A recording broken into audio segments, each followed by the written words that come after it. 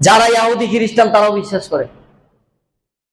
বাস্তবে এই পৃথিবীর বুকে তাদেরকে আল্লাহ শাস্তি দিয়েছে। নমরুদের কাছে যদি আপনি যান, ইব্রাহিম আলাইহিস সালাম যখন নমরুদের কাছে গিয়ে দাওয়াত দিলেন যে আপনি যে সমস্ত দেবতার ইবাদত করছেন, এরা তো নিজেরাই চলতে পারে না, এরা নিজেরাই খাইতে পারে না, নিজেরাই নিজেকে রক্ষা করতে পারে না, ইয়াকে আবার কিভাবে সৃষ্টিকর্তা মানছেন? বুঝাই তোর সৃষ্টিকর্তা কি পারে রে? তখন ইব্রাহিম আলাইহিস সালাম বলছেন আমার সৃষ্টিকর্তা জান দিতে পারে, জান নিতে পারে। এটা তো আমিও পারি। নাউজুবিল্লাহ পড়েন।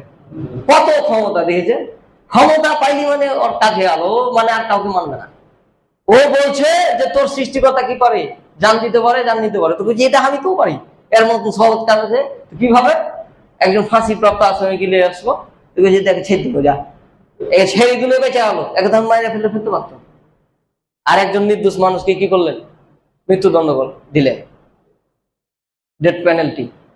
এই যে তাকে মৃত্যুদণ্ড দেওয়ার কারণে বললো যে এটাকে আমি কি হত্যা করলো, এটাকে আমি মৃত্যু দিল। এভাবে সে যুক্তি উপস্থাপন করেছে। আসলে কি তাই?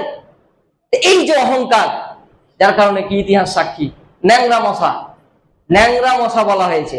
এই ন্যাংরা মশা তার নাক দিয়ে ঢুকে তার মাথায় ওকে পিটতে ওয়াল্লক দিয়ে ওকে আল্লাহ তাআলা কি করেছেন? এই দুনিয়া থেকে শেষ করেছেন।